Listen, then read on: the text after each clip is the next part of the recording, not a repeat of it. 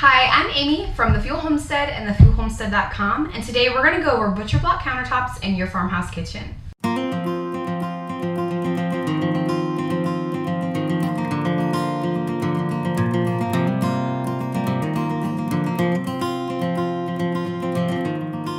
Now, butcher block is not something that a lot of people think about going with. We hear the horror stories of butcher block. We think about the water stains and the burns and all the things that could get on your countertop. But I've had these countertops for almost a year now, and I have to tell you, I've been surprisingly happy with the way that they've turned out. It takes very little maintenance, but it does take some maintenance that you'll need to consider before you make this purchase. But ultimately, it's extremely easy to take care of. And one of the things that I favor most about the butcher block is that you can easily sand it down, even just spot sanding with some sandpaper, and then refinish it with your beeswax and other finishes. Or you can go ahead and paint it or stain it if you want to. But we left this natural and simply used a mineral oil and beeswax to coat it. And that's all we use to maintain it. There are a few different ways that you can go ahead and treat your butcher block before you place it in your kitchen or there afterwards. We really enjoy Howard's butcher block conditioner. We've used other conditioners like homemade conditioners that we've bought from local people, and it works pretty well, but I always come back to the Howard butcher block conditioner. You can get this on Amazon or at your local hardware store, and as you can see, it's mostly a liquid where the homemade items are really solid, and you have to put them in the microwave before, that way it can get on the countertop and really seep in. I do heat the butcher block conditioner up, but I don't have to heat it up as much because it's already mostly in the liquid form. It's kind of like coconut oil. In the wintertime it solidifies, but in the summertime it kind of becomes oily again. And so it's along those same lines. Now, before you install your butcher block, you're going to want to sand it down really good. You can trim the edges and cut it to size. Sand it down great with the grain, and then all I did was I took the Howard's butcher block conditioner, and on a warm day outside, I went ahead and conditioned the countertops 3 to 5 times before we set them in place. Conditioning them is really easy. You're going to have to condition them at least once a month to keep them moist and intact. And so learning this and the way to do it is really important. So the beginning concept is with your raw wood, you would just put the Howard's conditioner on there, let it set for 15 minutes, then wipe it off. But with your new wood, it's going to be so dry that it's going to suck up most of that Howard's conditioner. So for the first 2 times, you can probably just put it on there, wipe it down, and not have to wipe it back off. But anytime after that, you're going to put it on there, wipe it on with the grain, and let it set for 15 minutes, and then come back through with a microfiber cloth or another type of rag and wipe the excess off. I wait to put anything on it for about 30 minutes to an hour before I place anything back on my countertops, but this is in the beginning. Now, the maintenance stage is super easy. About once a month, I go ahead and take everything off my countertop. There might be water rings, there could be burn marks, there could be scratches. Butcher block counters are extremely forgiving to whatever you do to them. And so you can take just a normal, regular piece of sandpaper, and you can sand down with the grain any imperfections that are on your countertop that you don't like. Sometimes there can be black spots from scuffing, or like I said, the creases or scratches from pots and pans. Or if you set a hot cup down, it will get a burn mark or a water ring. And so you can just buff those out with your sandpaper and then go ahead and maintain your butcher block the way you would any other month. I always start by cleaning my counter off thoroughly. I'll take everything off of the counter. I will wipe down my butcher block with the EnviroCloth from Norwex. It works really, really great to get any impurities off of the countertop. It helps sterilize it. It helps get everything that might be chunky or sticky off of it, and so I really enjoy using that. I just simply wipe everything into my sink, and then if there's big crumbs, I take them out and put them in the trash can. So once you have it wiped down and clean, and once it's dried out, you're going to go ahead and use your Howard's butcher block or whatever type of conditioner you want to use and pour it onto your countertop. and use a rag, and I use the same rag over and over again. Now I like to keep my rag, I simply put it in a Ziploc bag and place it with my Howard's cleaner.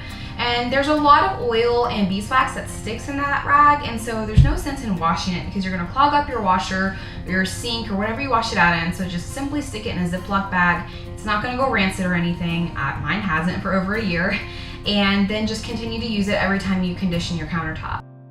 Now after you have a really good layer on top, you don't need to put a lot, but as long as it's enough to soak in and absorb into your butcher block.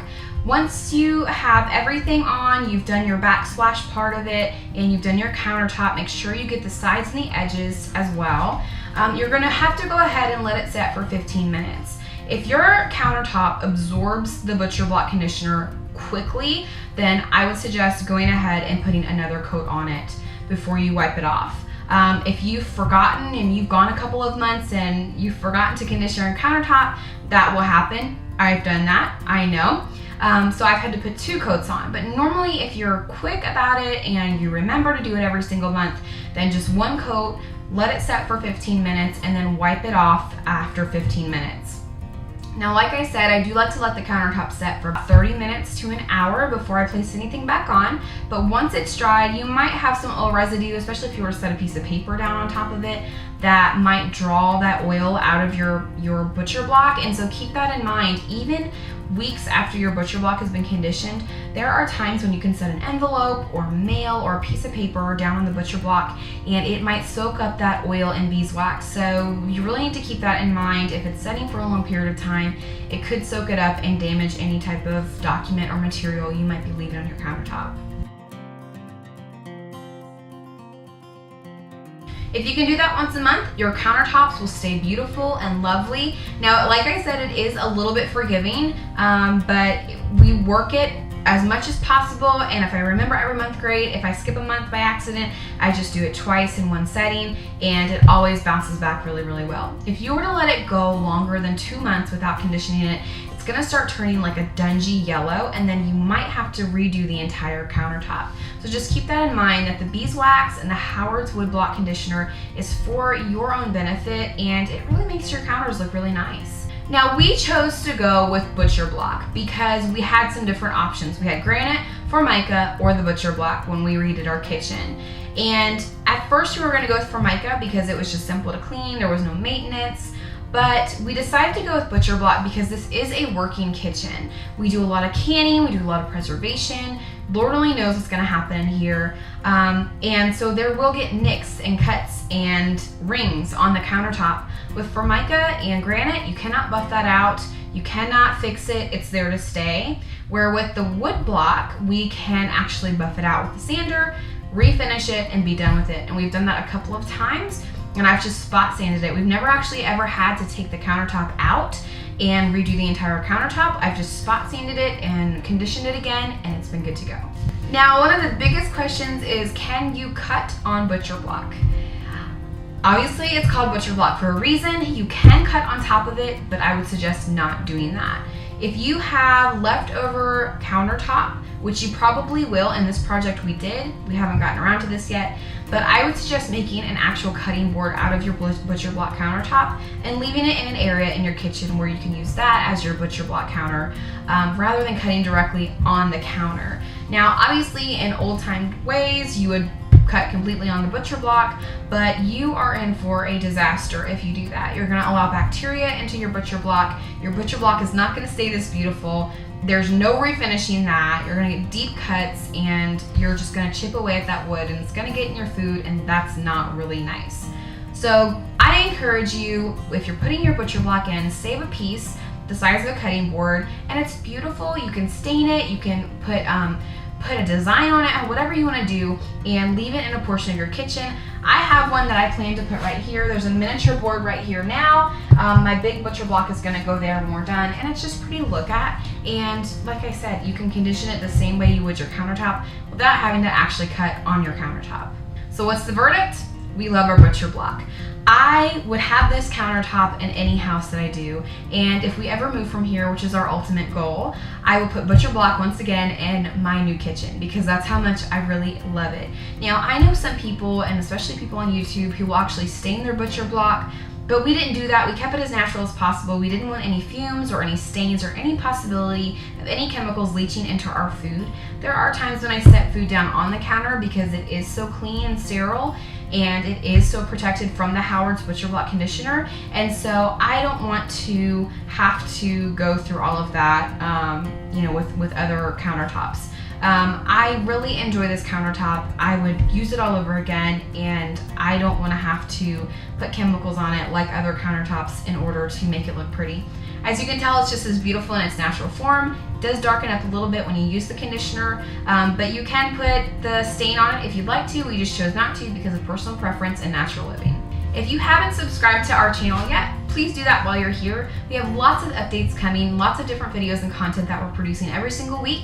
And if you haven't visited me online, check out thefuelhomestead.com. Make sure you subscribe to the e-newsletter while you're there because you'll get updates on blogs, freebies, giveaways, and other videos and information while you're there. I hope you guys enjoyed this video. Hope you have a great day. Happy homesteading.